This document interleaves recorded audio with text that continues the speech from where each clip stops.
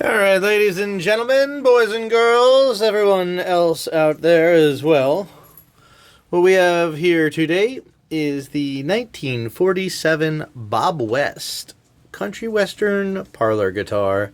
It's a little acoustic guitar made most likely by Harmony.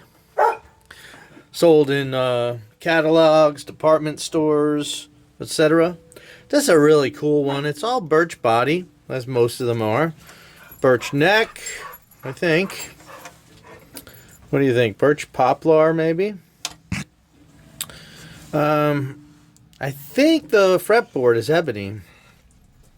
It's got this cool little Bob West on the top. This amazing stencil that is on the front, which is really, I think, one of my favorites of all the stencils. This one, when I got it, I thought it looked pretty nice, but it had a lot of old repairs, and I had to take it apart and do a lot of work to it, actually. I took the back off of this, and it was really pretty gross inside. But I sanded all the front and the back out, and I blew out the sides with the air compressor, and I re-glued all the back braces after sanding them down to clean up all the glue and the other glue and whatever else glue was on there. And I let's see, I put it all back together. I gave it a new little brass fret in the bridge for a new brass saddle. I really did one hell of a cleaning on this thing because it was dirty and gross. And I took it back down to the wood on the fingerboard, which was so covered in sludge that you wouldn't believe it. Reconditioned that whole thing as well as I could. Leveled out the frets, did some fine tuning, a little dress up on the fret, make them nice and easy to play. This is the original tailpiece. Usually these have a different tailpiece, the little heart-to-heart tailpiece. There might be some with a wooden tailpiece out there. I don't know if these were produced during the war. This one's 1947, so it's post-war. That is the original bridge with the new saddle. It's got these tuners on it. They're vintage, but I think they might be from the 60s. They work real nice. I gave it some new bushings. Make sure they work real nice. Made a new nut for it out of a little piece of ebony because the old one was really rickety and cracked up. You see there's imperfections in the fingerboard. There's a lot of wear and tear on the surface of this guitar. The back was off. I think the previous owner had re-glued the top, so I cleaned up the edges and made them nice and smooth and also pretty. And when I put the back on, I needed a little cleanup there too, so it's got maybe a little finish touch up around the edges. You can see there's a lot of like scratches and dirt inclusions on the back, and in some spaces on the front too. You can see that there's like normal honest wear throughout the guitar. This one I did not do a neck reset because I was suspicious that the neck may have been reset already, and what we were having was a problem with the guitar sort of caving in around here.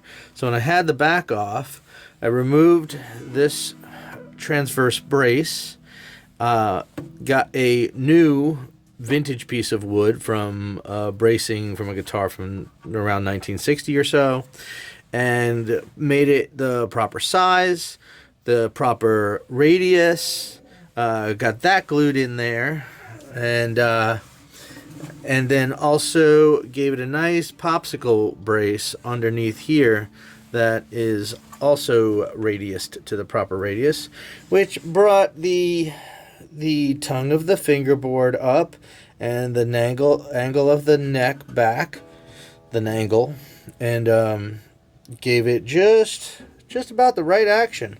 I did not trim or shave down the bridge, so I guess if it starts to shift at some point in the future, you know, with age and, you know, these things having sat around for a long time, sometimes you get them going and, like, you know, a few months later you need to, you know, maybe shave a millimeter off the bottom of this bridge. But it's really nice right now. It's got the original end pin. It is it's really a nice little player now, and it is, you know, saved from whatever fate might have befallen it.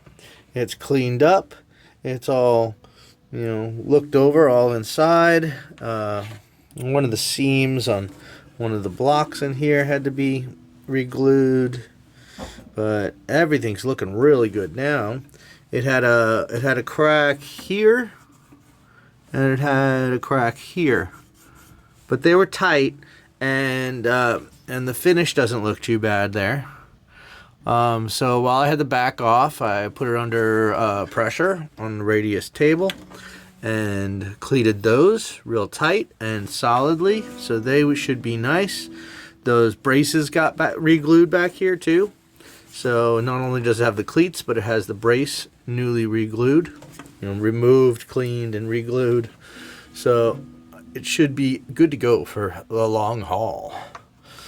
And let's see, it's got a pretty comfortable neck. It shows a lot of scarring, but it really, on this guitar, I think it really kind of adds to the charm, especially now that it plays good again. So any of this, so it's not a perfect collector's representation of this guitar, but it's a good player now.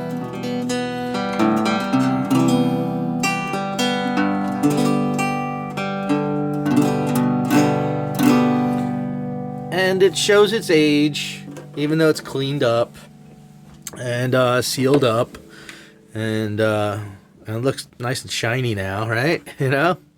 So, but yeah, it still shows honest wear. Up close, you'll see it, and yeah, I mean, that's a real nice one.